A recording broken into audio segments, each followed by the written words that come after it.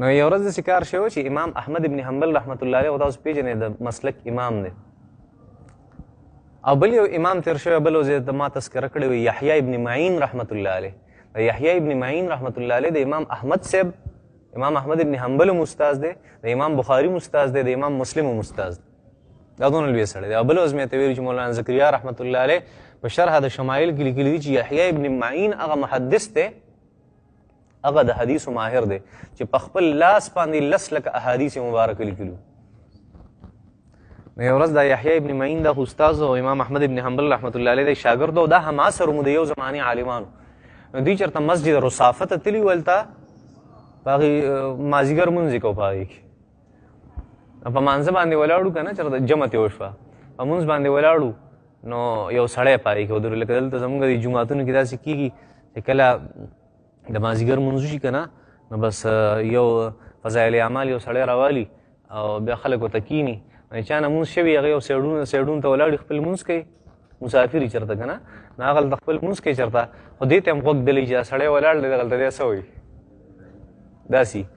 امام احمد رحمت الله علیه او یحیی ابن معین رحمت الله علیه دی په مانځه باندې ودرېد، د غټ غټ محدثین دي، امامان دي. نو هغه سړی د مانځه نه پس پاسېدو او یو 100 صفحې ورسره په لاس کې وي، 100 صفحې او حدیث یې بیانول. اوس هغې مونځ وکړو، یحیی ابن معین او احمد ابن حنبل صاحب راغی چې یاره دا سړی څوک د ښه خبره کوي نو راشه کښېنه ورسره، که څه مونږ له نه راځي هغه به هم ته زده کړو، انسان دی که نه هر شی خو د په علم کې نه. امام احمد رحمت الله علیه او امام یحیی ابن معین رحمت الله علیه هغه رالیست ورسره مجلس کې کښېناست. اوس دا سړی حدیث وایي، حدیث څه وایي؟ حدیث وایي حدثني یحیی ابن معین و احمد ابن حنبل، وایي ما ته یحیی ابن معین او احمد ابن حنبل حدیث بیان کړی.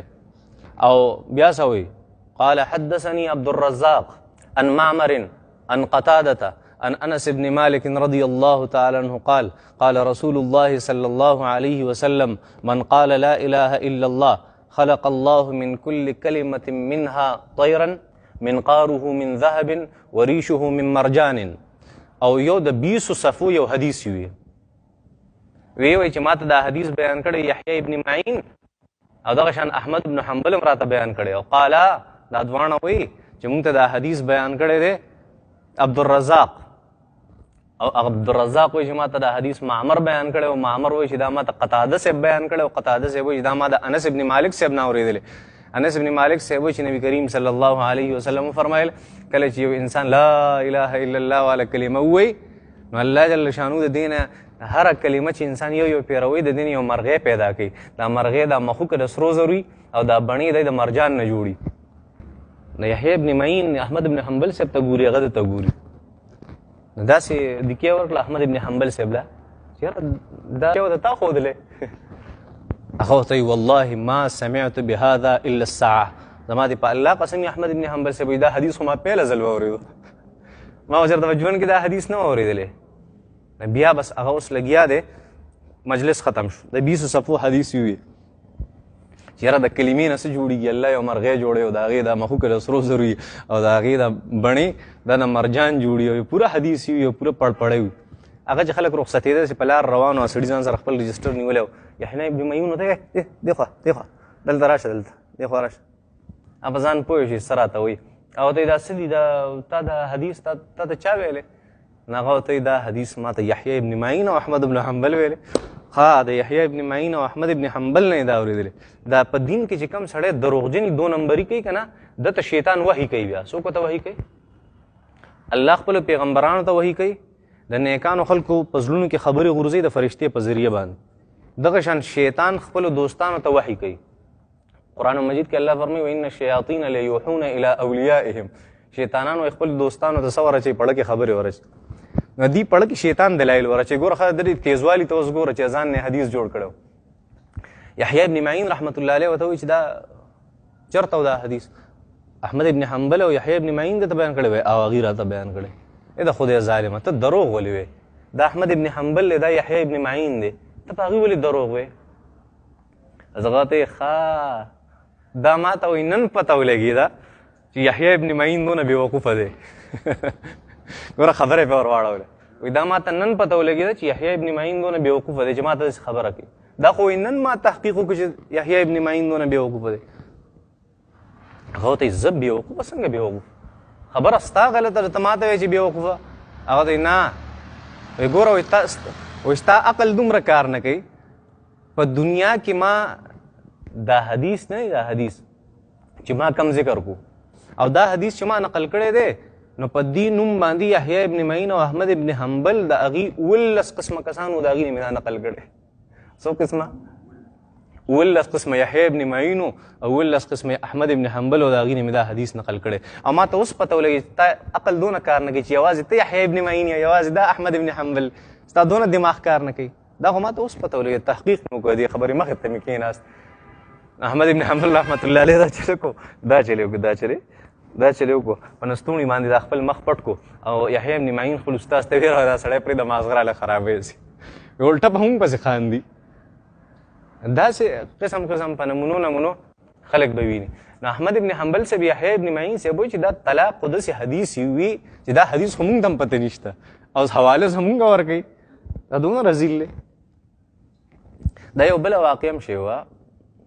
امام اعمش رحمت الله علیه ډېر یو عظیم امام تیر شوی او د محدثین حضرات چې کله حدیث ذکر کوي نو ډېرو محدثینو استاد دی. وبه قال حدثني الاعمش حدثني الاعمش اعمش دا ډېر لوی محدث تیر شوی او لوی مفسر هم تیر شوی لوی قاری هم تیر شوی ډېر صفات واله انسان.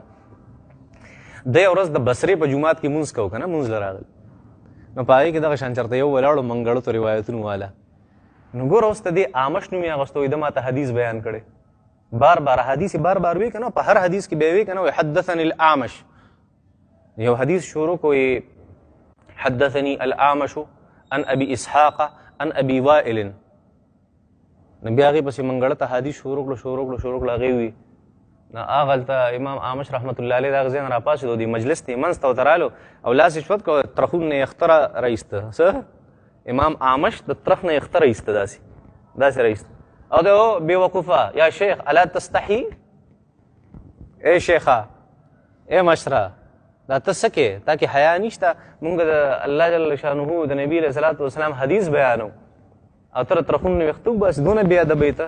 نو امام اعمش رحمت الله علیه ورته فرمایي وایي دا زه چې کم کار کوم که نه وایي دا ستا د دې کار نه یو په سل باندې بهتر دی. ولې وایي ته دروغ وې او زه په سنتو باندې عمل کوم. ته دروغ وې ترخ نه اخته ایستل سنت دي خرول سنت نه دي صحیح ده په دې ځان پوهېږي.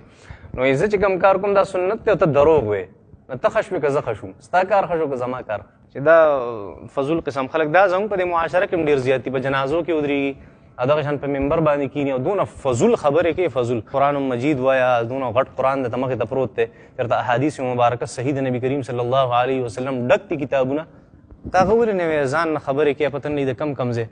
یو ورځ په پېښور کې وم پېښور کې یو دعا و هغې له ته نو هلته په هغه دعا کې داسې کار شوی چې یو سړی راغی که نه داسې مونږ اوس دعا وکړه بس یو سړی راغی په کټ کې ناست خو داسې یو سټایل کې ناست ګوره ډېر په ادب او په احترام سره تقریر شروع داسې کېناست الحمدلله رب العالمین والصلاة والسلام علیه تقریر شروع کړه قصې شروع کړې وایي حضراتو وایي تاسو ته پته شته چې وایي یو ورځ نبی کریم صلی الله علیه وسلم چې وفات کېدو نو د حضرت بلال صاحب نه خفه شوی و. د چا نه؟ د حضرت بلال صاحب نه.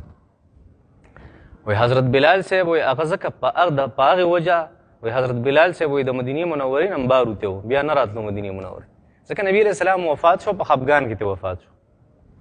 نو بیا نبي علیه صلات وسلام مبارک هغې په خوب کې ولیدو نو وایي نبي علیه السلام ته وایي چې یا رسول الله ته ما نه ولې خفه یې وایي هغه ورته چې بلاله زه وفات شویم تا راپسې الوانه د وخت کړې داسې به ډېر ویني په دې جنازو منازو کې داسې فضولیات وایي فضول خبرې کوي پته نه د کم ځای نه لګیږي څه قصې کوي بس فضولیات او تاسو هم داسې خوشحالېږئ چې کافر مولا او ظالمې مسلې وکړي داسې ښکلې قصې وکړي چې داسې ورته خوشحاله شئ که نه چې دا سړی ډېر قابل دی ولې هغه فضول قصې کوي. هسې په دې پسې مې خبره کوله چې یاره تاسو الله ته دا څیز خبر ورکوئ چې الله ته هم پته نشته. الله جل شانه فرمایي قل اتنبئون بما لا يعلم في السماوات ولا في الارض. دی بېوقوفه خلکو ته وګوره دی وایي چې دا بوتان به زموږ سفارش کوي د قیامت په ورځ باندې وایي دی الله ته خبر ورکوي د هغې څیز چې الله ته هم پته نشته چې الله ته د یو څیز پته نشته خو هغه نشته که نه شی هغه شی د سره شته نه الله جل شانو فرمایي دا اصل کې دا غسیز نفي کوي چې دروغ وي غلخواره دي ويقولون دی وی چې هؤلاء شفعاؤنا عند الله دا ټول به زمونږ سفارشي د قیامت په ورځ باندې قل ورته ووایه پیغمبره